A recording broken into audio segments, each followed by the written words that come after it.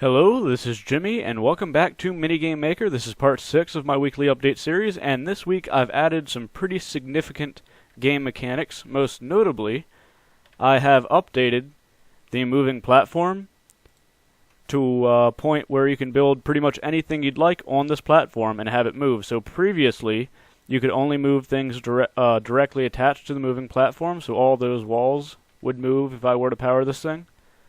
But now it's to a point where you can attach objects to anything attached to the wall. So if I were to place blocks on this wall, because the wall is attached to the moving platform,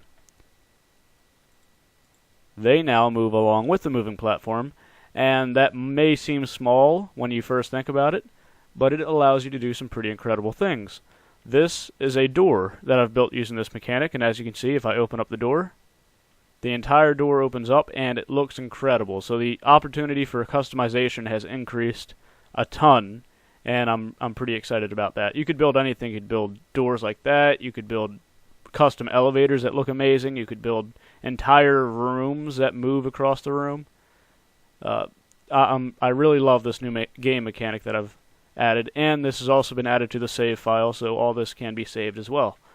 And one crucial piece of it that I just figured I'd mention is the way this thing works is I just built up these blocks like so.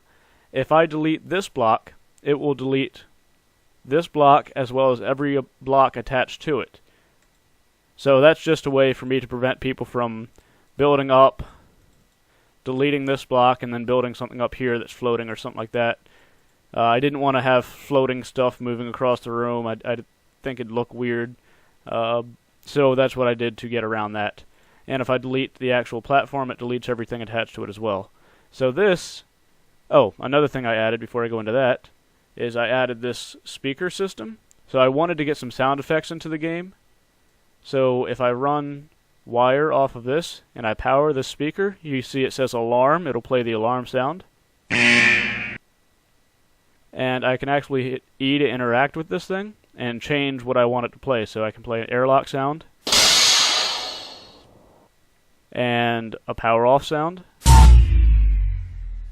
And it's actually really easy to change the sound effects that this thing plays. It's really easy to add new sound effects and expand that as much as possible.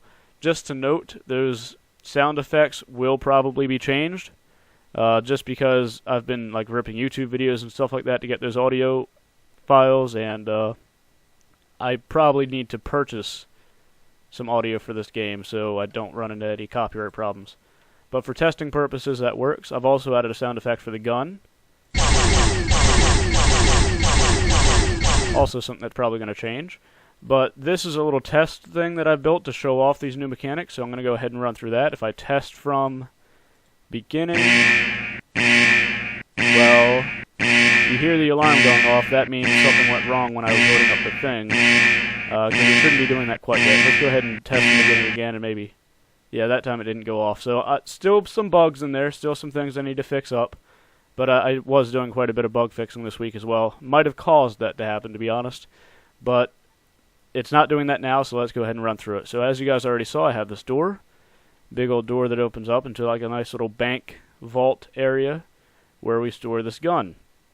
Now I'd like to take this gun without setting off any alarms. So I can go ahead and press this button.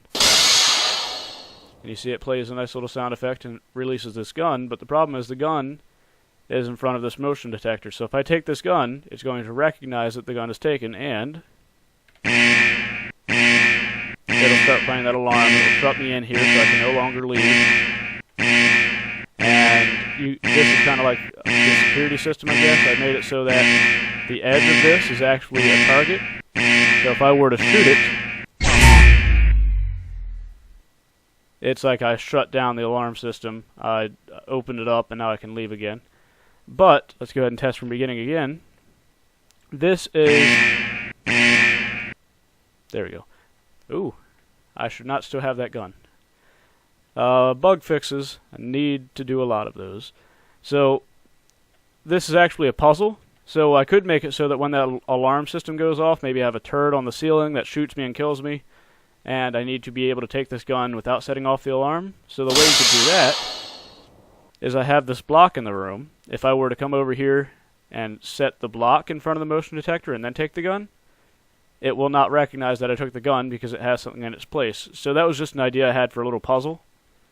I'm just trying to test things out, see how things are working, and I think it's coming along very well. If you guys are liking this game and liking the progress that I'm making, feel free to like, comment, and subscribe. And if you'd like to follow the actual game, where I post almost daily on Twitter, you can follow it at MiniGameMaker. And yeah, thank you guys for watching, and goodbye.